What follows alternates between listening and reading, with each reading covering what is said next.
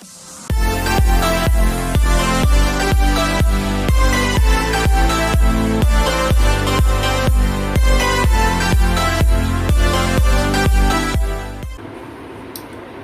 students, welcome to the lecture series based on biochemistry metabolic pathways.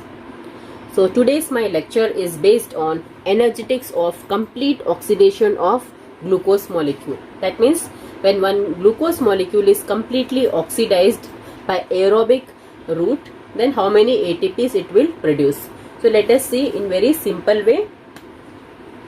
So here I will divide the screen into 3.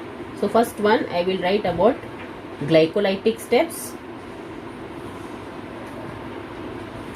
Here I will write the pyruvate dehydrogenation reaction, which is the reaction which will link glycolysis and TCA cycle, and here I will write TCA cycle. Now first let us see, in glycolysis we will get how many ATPs in aerobic conditions.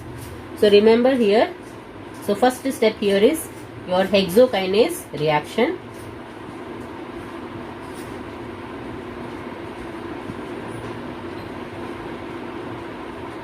Followed by phosphofructokinase reaction. So these two reactions, they are utilizing one ATP. So that is the reason we will write it as -1 ATP, and here also -1 ATP. So they both the steps are utilizing 1 ATP. Then next we will see glyceraldehyde 3-phosphate dehydrogenase step.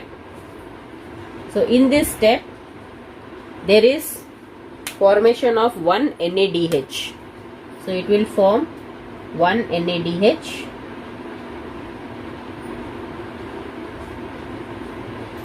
from 1 glyceraldehyde, right?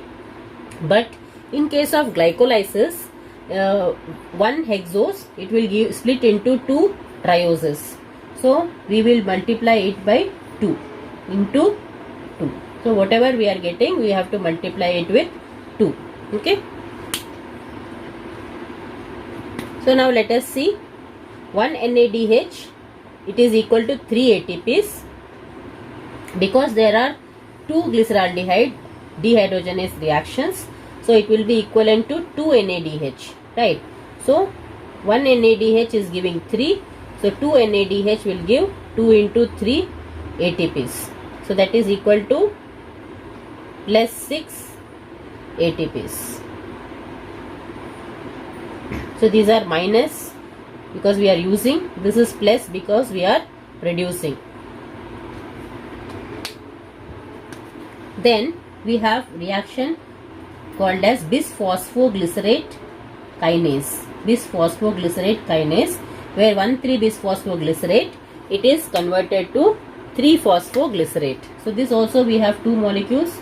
So multiply this also into 2. Okay. So this step, 1 phosphoglycerate kinase reaction will produce 1 ATP, because there are 2 such reactions. So it will be equivalent to 2 ATPs. So plus 2 ATPs, because in substrate level phosphorylation we are producing here 2 ATPs. Similarly, the last step, that is pyruvate kinase reaction.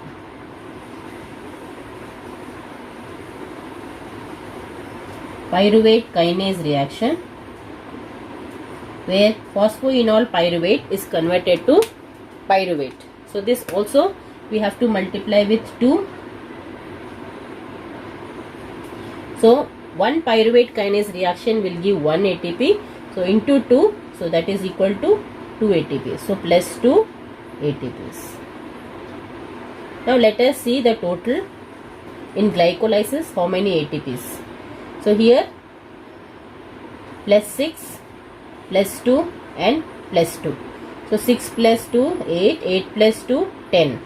So we got +10, but here we are using 2 ATPs initially. So 10 minus 2, 8. So it will be equal to +8 ATPs. So this is in glycolysis. We will get net 8 ATPs. So next column we will see the linking reaction, that is the reaction catalyzed by pyruvate dehydrogenase, an oxidative decarboxylation reaction where you have 5 coenzymes. This reaction is very important. Here pyruvate will be converted into acetyl CoA. So this pyruvate dehydrogenase, it is a multi-enzyme complex. This enzyme is a multi-enzyme complex, and one pyruvate in this reaction will be converted to one acetyl CoA. Okay, one acetyl CoA. But remember, from one glucose we are studying, right? So from one glucose we get 2 pyruvate. So we will multiply this also into 2, right? So 2 pyruvates, 2 acetyl CoAs, right? So in this reaction we will get 1 NADH from 1 pyruvate. Since there are 2 such pyruvates, so we have to multiply this with 2, right? So 1 NADH will give you 3 ATPs. So there are 2 NADH. So 2 into 3 ATPs, that is equivalent to 6 ATPs. Plus we will write because they are produced. So here in pyruvate dehydrogenation reaction, from 2 pyruvate molecules to 2 acetyl CoA molecules, we will get 2 NADH. So 1 NADH will give you 3 ATPs. So 2 NADH will give you 2 into 3, that is 6 ATPs. Now we will concentrate on the last part, that is TCA cycle. So TCA cycle, we produce isocitrate dehydrogenase reaction. It produces 1 NADH.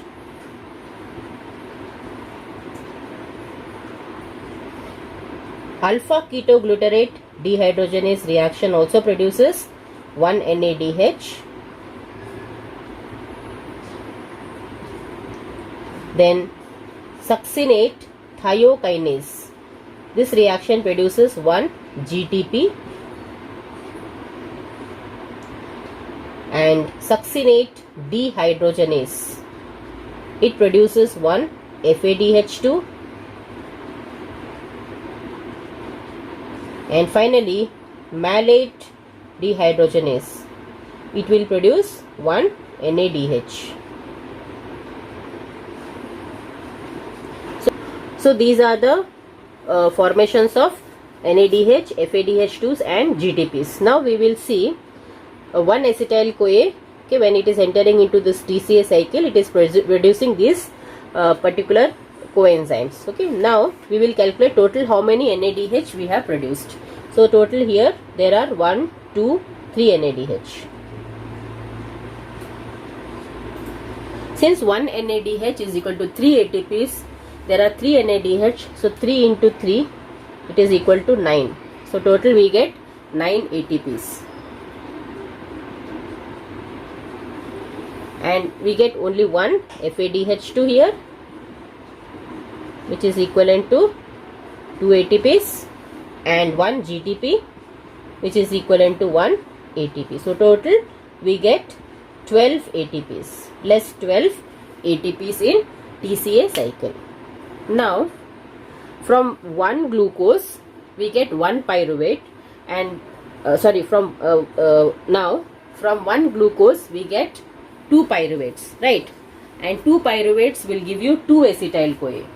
So 1 acetyl CoA, when it is entering into TCA cycle, it is giving you 12 ATPs. That means when 2 acetyl CoAs will enter, it will be equivalent to how much? 24 ATPs. So this will give you 24 ATPs, right? So now let us total it. From glycolysis, net ATP is how much? 8 plus 8. From linking reaction, that is pyruvate dehydrogenation reaction, there we get 6.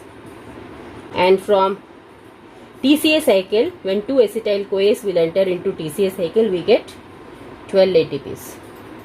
Now we will add this one, and this one. So 24 plus 6, that is 30. 30 plus 8 equal to 38 ATPs.